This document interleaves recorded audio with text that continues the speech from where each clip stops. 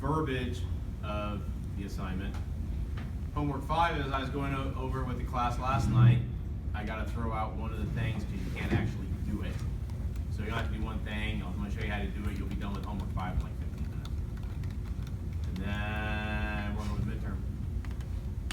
So it was like only one person that's attempted the midterm. Anybody, any of you guys attempted the midterm? No. No? Okay. No. Dylan said he's already done it. Not yet. Dylan? I haven't done it yet. I'm done Dylan did it? tomorrow. Alright. So, Yeah, he's let's do this in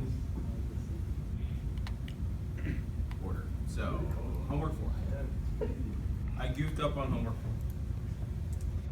And I goofed up right here. Instead of vulnerability, that should have been exploit. So you could have used the same vulnerability, but with a different tool, a different attack vector. You could have found another vulnerability all together as well. And there were a couple people that actually did that. So, but if you, for those of you who used Armitage with the MS-09, if you want to use Metasploit command line or a separate tool or something of that nature, that's fair game. So I goofed up in the verbiage that should actually say exploit, not vulnerability. Does that make sense to everyone? Makes it a lot easier now, doesn't it? Yep. Okay. All right. So I'm still playing around. You guys are my guinea pigs with this this MS server because I've rebuilt it from previous couple of quarters. Okay. I have to do that because if I don't, you know, like I pass it out to everybody, it gets handed around, and all of a sudden everybody's got all my stuff like 2, 3, 5 quarters down the road. What's the point? All right. Everybody show you that. Any questions on homework 4 then, with how I re-explained it? Okay. For the gentleman that came in late, there's a syntax error in homework 4. Instead of vulnerability, find a separate vulnerability, it should say find a separate exploit, okay, or / vulnerability. So you can use the same MS-09 vulnerability, just use a different tool, a different attack vector, okay, show me, that's fine. All right, so anybody wants to redo their homework 4 or homework 3, if you didn't do that, totally cool with that, email it to me. All right, I'll make sure you guys get your points. Sweet. All right, any questions on that? Excellent. Now, let's go to my screw up on homework 5. Hey, can't say that I'm not fair, guys. Can't say I'm not fair. So, here's the thing. You're only gonna have to do that. Dump the hashes, crack the passwords, because you cannot legitimately escalate privilege the way that I want you to escalate privilege. Because I actually, when I had this written, I had it written for a standalone server with local users, and I do not have the server set up to do this with domain users. So that's my fault. It's kind of impossible. All right, so alas. All right, so you just have to dump passwords and hashes and all that good stuff. Okay. Let me show you how to do that. Because when I'm done showing you how to do this, you'll be like, oh my God. Click, click, click, done, 15 minutes. Yeah, I saw it. Submit. I was gonna do it. I was like, wow, just wait. All right, so turn on my machines. I'm ready.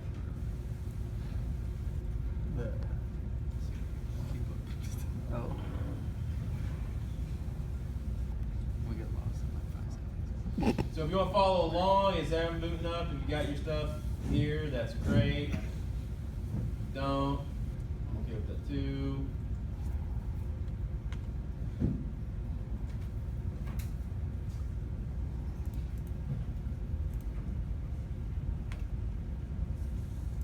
When you do this, you can reuse the MS-09 exploit, totally fine, or any other way that you get command shell, any other way that you want to get command shell. If you got persistence, you want to go back and use a user to log into the box, that's legit too. Okay? All you really have to do is get control of the Windows server from the Kali box. And you can do this in either Metasploit, or I'm going to show you how to do it in Armitage, really easy.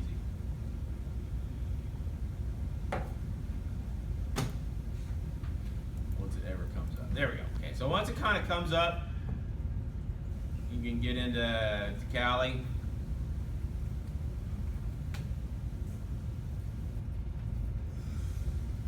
Okay, I need basically 2 screenshots. That's it. Right. Shit. I just gotta do one more then. Start my PostgreSQL service. Run Armitage. So. Huh? You want to fill him in on what's going on? That's great. He started. Some announcements there. Can't see it. Yeah. Yeah. Again, thank you very much for being able to make it here on Wednesday. I was sick as a dog on Monday.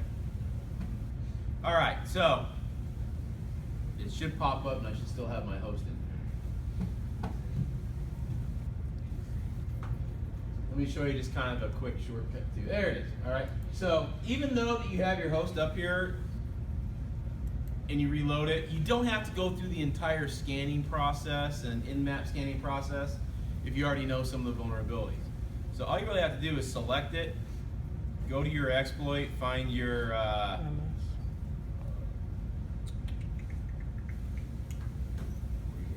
Windows exploit, Windows SMB. You can search it too, right? Yeah. Yeah, I know. I'm just He's just showing you the long way. old school that way, man. Yup. Find your exploit there. Double click on it. It'll pop up. Reverse connection. Yada yada yada. Now you're assuming that the Windows box still got the same IP address. It should have. Launch it. So you don't have to go through the entire process of scanning and all that good stuff. Just grab it.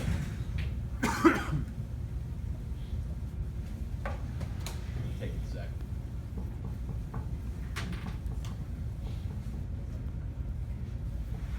Under 80 seconds, that's what, 3 minutes?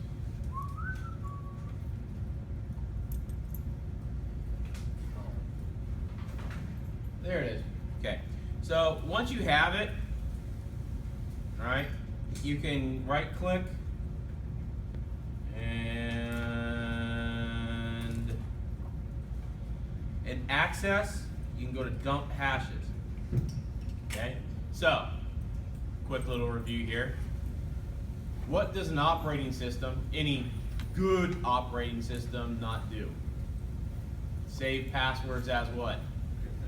Clear text, plain text, right? It hashes them, it encrypts them in some fashion, okay?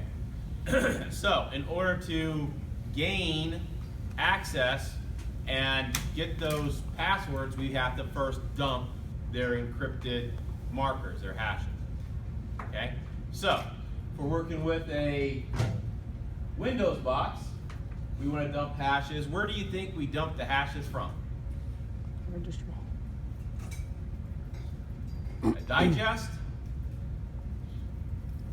an LSAS, or a registry? Registry. Hey, why? Because Windows has a registry, right? Yep. All right. LSAS is old Unix based. Digest Windows. is a lot of your newer Linux.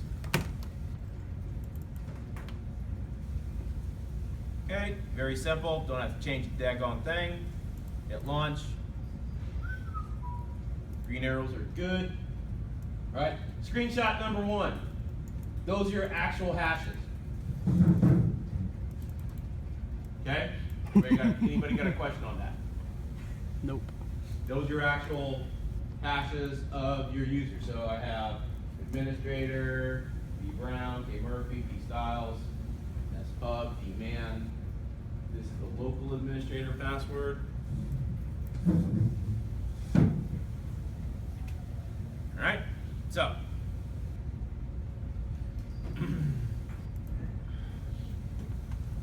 once that's done, all you have to do, go up to View, okay, Credentials, finds all of them. Whoa, looky there. There's all your hashes again, okay? So you can give me that screenshot or that screenshot as your first screenshot, either one will work. Your second screenshot is once you do this, crack passwords. And it's just gonna use John the Ripper, which is a component within Kali. Armitage links into it. Click launch, and it'll start processing and trying to reverse engineer those hashes.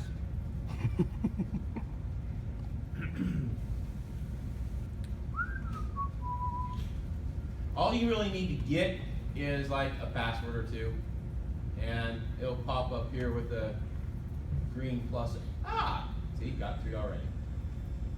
I just need you to get a couple of those. All right, because those are weak passwords. See that? Now, if you want to play around and try to break some of the other user passwords and other methods, go for it. That's not, you don't need to do that for the assignment, but if you want extra practice or whatever, by all means. This is your second screenshot, okay? So because I goofed up on the escalation of privilege, you do not have to escalate privilege. Give me those 2 screenshots, 50 points, we'll call it a week. All right, I am not extending week 5. You shouldn't have to extend week 5, okay? Questions? Damn. Told you it's gonna be done in like 15 minutes. Okay, especially when it took me like 6 minutes. Okay, cool. Hope we don't have any questions yet. Now, just a side note, so I got into this last night. This is the second screenshot, right? This is the second screenshot? And the first one is Don't. The hashes. don't match. Because guess what? When you do that to the passwords, your credentials, you hit refresh. Okay. It actually will change it at some point in time. But that'll work too. It's still actually working in the background. I'm done. All right. Nice. That's it. I So got half let's of it. let's talk about that real quick as just a side note. Okay. What goes into a password, guys? Characters. Good answer. All right. Real good answer. Okay. You have 2 components. You must think of a password as a key. Okay, cryptographic key. All right, and in any cryptographic key password, you have a key space. Right? Who can tell me what the key space is? What is it equal to? May know? Go for it. Isn't it the number of characters in the overall password? The number of characters in the entire password? Are they number of what? I'm sorry, I can't hear you. I thought it was the number of characters in the password overall, The password overall? but yeah. Are you talking about the number of unique characters that can be a part of the password? You're correct. It's all right, we'll get there. We'll get there. So it equals the number of possible unique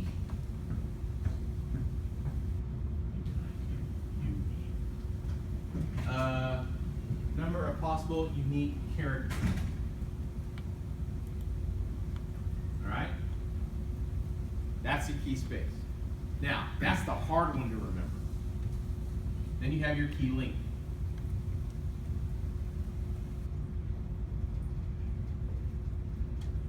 So what's key link? That's the easy one. The number of characters in the password, period. Right? 8, 10, 12, 16. Okay? What you doing? The number of characters in the password.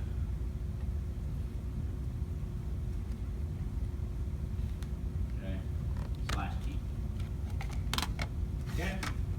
So, me being the math whiz that I am, alright? So that was what goes into a password. What goes, the other or last variable that goes into the equation for cracking a password. Anybody know what that is? Okay? The number of computations or the number of guesses that I can attempt per time. Time being whatever measurement of time you want to do it. Per second, per minute, per millisecond.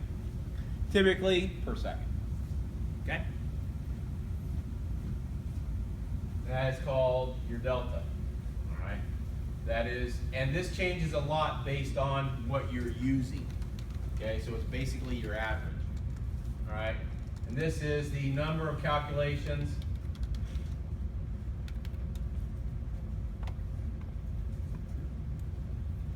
or parentheses, guesses per second.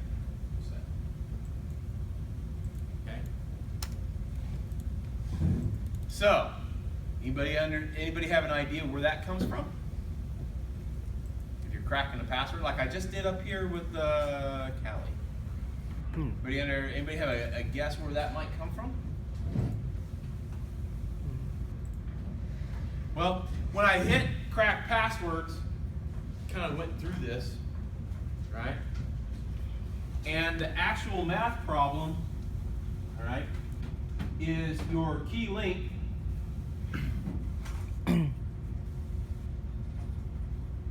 to your key space over your delta per second. What? So, where do you think my delta came from in that instance though where I cracked the password? How did I determine how fast I was cracking the password? May I have a guess? Well, probably the processor on my laptop, right? Okay, now I'm not going to get full, 2.4, 2.6 gigahertz because I know the process is running and everything else. All right, but I can probably figure out that, maybe out of that I can get. See, I had 2 cores out of my 4 I have on the box, so let's just say that for argument's sake, I was getting really peak performance, and I was getting, just gonna make this easy for math purposes, 2 gigahertz. Okay, or roughly 2 billion processes per second. 2 billion processes per second. Okay? Let's take a simple problem like this. A simple problem like this. Okay? What's a password that you memorize, you probably use it every day. Really simple. But what does that go to, you think? What do you use like a 1, 2, 3, 4 on? Your phone, your ATM card. So we now know what his ATM card pin number is. Or the code for his phone. Kidding. Okay? Something really, really, really, really simple. Alright? So, and this is what blows my mind about people who don't understand how this kind of stuff works. We had a 4-digit code, so that's our key length, right? How many unique characters are in that key space for a 4-digit? 10, right? 4 to the 10th power. I think I got that right. Yeah. 4 to the 10th power. Anybody want to do that on their calculator real quick? What's that equal?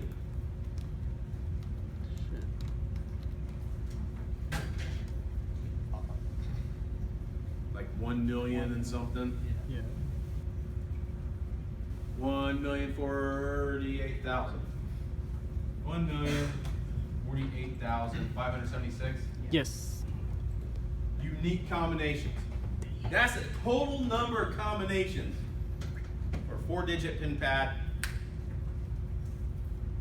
key, right? If I can do 2 billion calculations per second, You cracked that in like 5 seconds. that's some fraction of a second, right? Everybody agree with that? Some, like half a second, or even maybe it was a little bit over half a second. Everybody agree with that? Okay. So, question. Let me take you back a year, 3, 4 months, to a terrible tragedy that happened in San Bernardino. Everybody remember what happened December of 2015, I think it was? They recovered the perpetrator's phone. Oh. Okay? Riddle me this, Batman. Okay? You have some security features on your phone. You do too many tries, locks out, right? Yeah. Everybody agree? Now, you back up a phone to an SD card, right? We have 1,048,576 potential calculations. Potential calculations, right? Now, if I try too many passwords on it, we run the risk of the device wiping itself, right? This is when you remember the whole court case of the federal government suing Apple, Apple saying, basically giving the big bird to the FBI and saying, no, we're not going to crack this word. Think about it this way. The problem that the FBI had was not a code problem. It was an engineering problem. Okay, it wasn't until somebody figured it out that said, hey, we can take this image, we know we got 3 shots per image, we can take a slew of SD cards, back up the image in normal forensics. Who's taking 481? Make a copy of it, right? Bit for bit, right? And then we can go ahead and try this, all right? So you can even take that image and take that SD card and put it in a virtual machine. This is what they actually did. Put it in a virtual machine and then chain it together through a program not too indifferent to John the Ripper, something that the NSA actually has in its inventory. Right? Set all that up, and then within about a half a second, you get the code of the phone. Right? So my question is this: being the paranoid, cynical, skeptical person that I am, did the NSA/FBI go through the entire legal process to get that security mechanism from Apple because they wanted to get the security mechanism from Apple, or were they just plain stupid?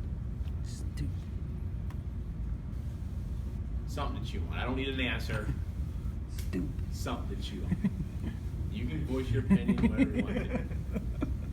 I will keep my opinion to myself because I am not here to influence young minds. I'm here to just offer information. Okay? Think about it. Let's talk about the midterm. Get out of here. Good stuff? Yes. You learned something tonight? Yes. Good. Mr. Rogers is done. We learned the FBI. Hey, it's either Mr. Rogers or Captain Kangaroo. I don't care. Both former Marines. There we go.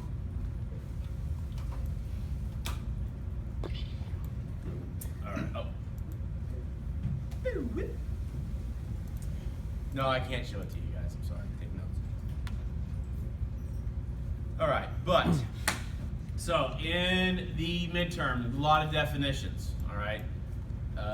Over the first 4 domains, and we went over a lot of technical stuff, some access control stuff, a lot of risk management.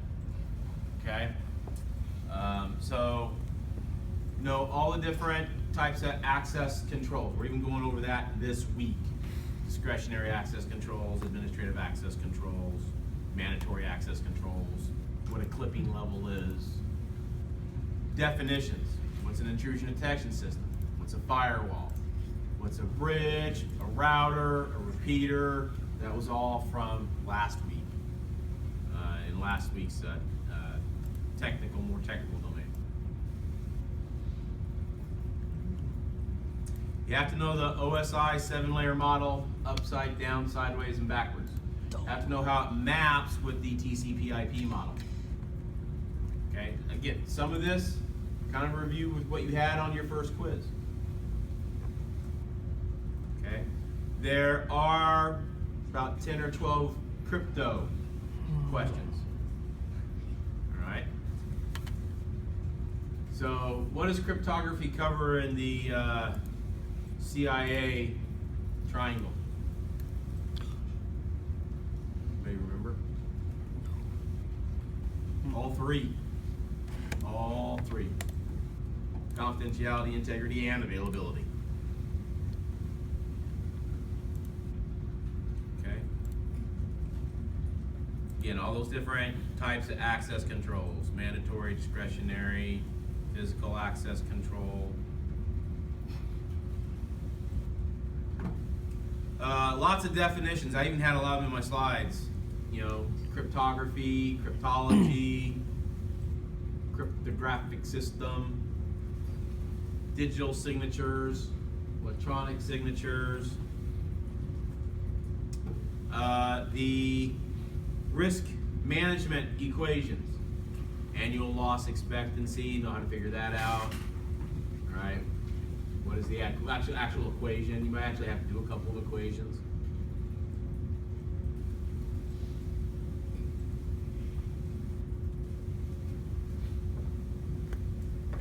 Definition of risk.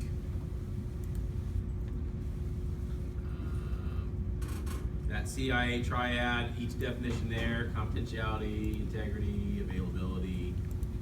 AAA, the definition of authentication, authorization, and accounting. You guys had me for 467, that got beaten into your skulls, so that should be relatively easy. OSI model. Definitions, in one of the slide decks that's in there, it goes over different roles. A data owner, a security manager, an auditor. All right, it has all definitions in there. So look in those slide decks as well. That'll help you out.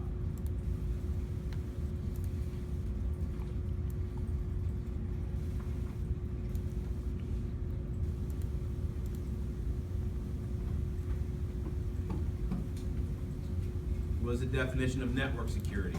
Or what's the characteristics of network security?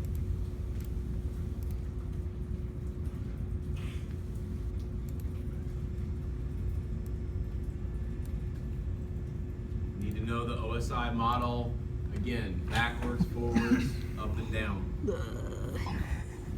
All right, in crypto, there's some examples as to symmetric and asymmetric ciphers.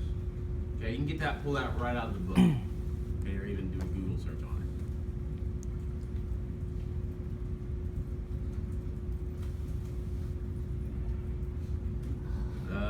it. Again, lots on authentication and authorization.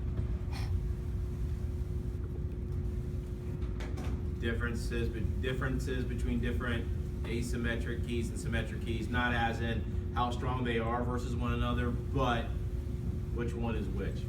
All right, so if I say, hey, the RSA algorithm is an example of a what? Symmetric key, asymmetric key.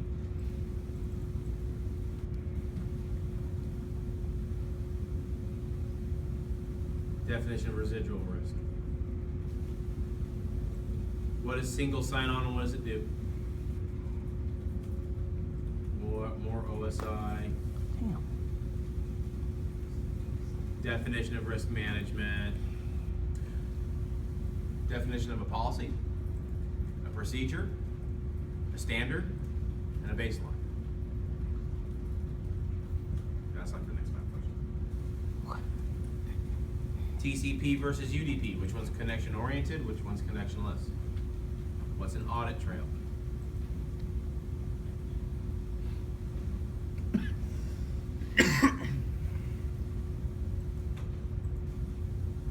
You must first do this before you're authorized into a system or into a specific area of a system. You must be what first? Before you're authorized to go and make a change of a file, what must you first have? The file. Huh? Administration? No. Authorization is one of the what? One of the AAAs, right? Yes. Authorization. So, you think you need to be authenticated first? I get into the system before I can do anything. Big deal. What is a buffer overflow? Why does it happen?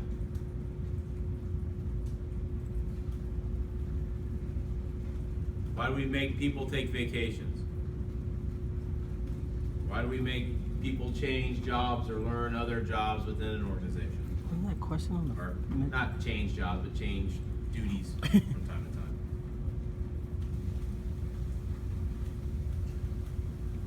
Definition of a DMZ. You'll see a lot of duplicate questions as well. Sorry. It's one of the reasons I go over this. Yeah. Rule-based policies, user-based policies. Definition of a risk, a threat, a vulnerability, a threat vector. That was actually in the slides as well, I think in week one or week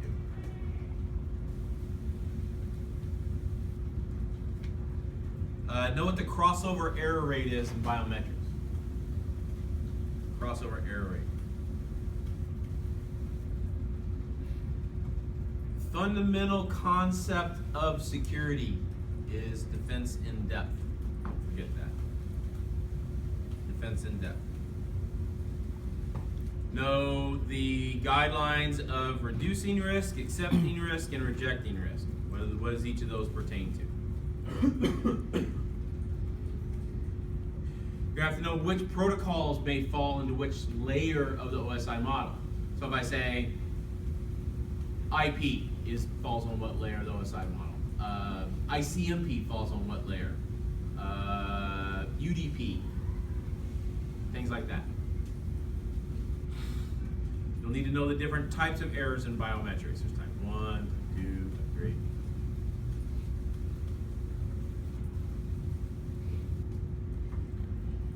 Know how access is granted. Is it effort, is privilege, separation? Know what a sandbox is. Yes, they actually ask you what the definition of the internet is.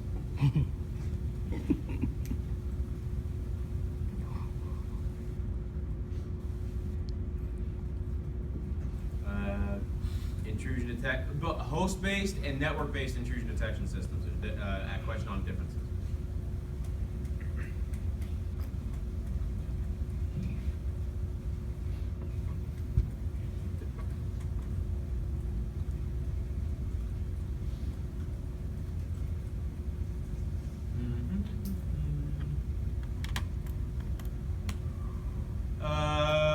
Know what the preliminary steps to securing an audit function is, or establishing an audit function, I should say.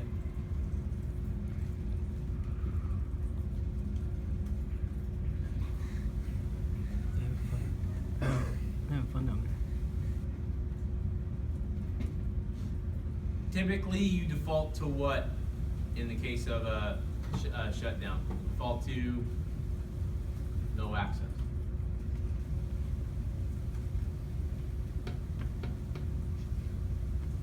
Type 1 errors, type 2 errors, biometrics.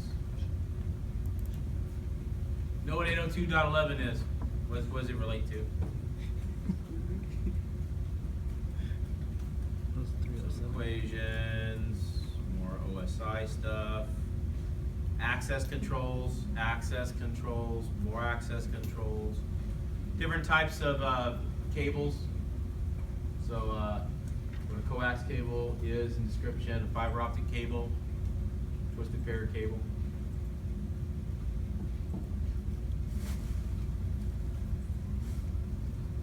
More, like I said, I really kind of hammered home in the lecture class. Symmetric versus asymmetric cryptography. What protocol or what algorithm falls into which category? Almost done.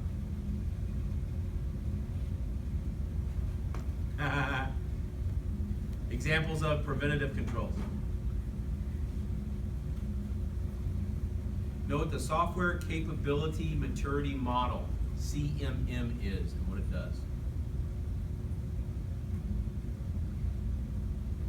Who is the weakest link? People. I think they had a game show about that. Definition of a digital signature and what it does.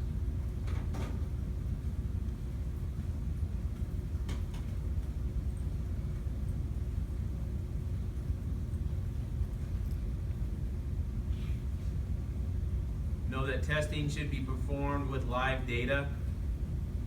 Testing should be performed. I'm sorry. What should you never do with testing? You should never test with live data. Sorry about that. That's actually a mix-up question in here. You should never test with live data. Remember that. Should be able to identify what a good password looks like.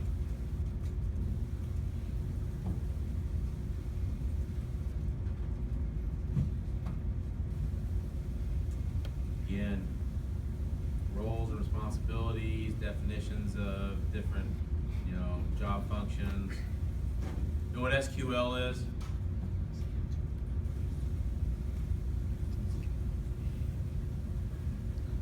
That's about it. A lot of repeat stuff. But actually, I had that on the CISSP exam as well. I think I got like 5 different questions as to what a firewall is. I'm like, God, I'm getting this wrong. They're just lazy question writing. You guys got anything for me? Sir? How long do we have to take the test? Excellent question. I think it's 2 hours.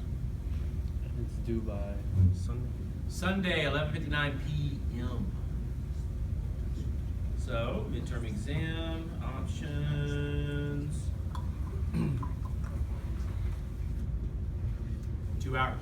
Sweet. 1 attempt. Damn. Yeah, sorry, man. I got to draw one somewhere. Anything for me? All right. Good luck. See you on Monday, I hope.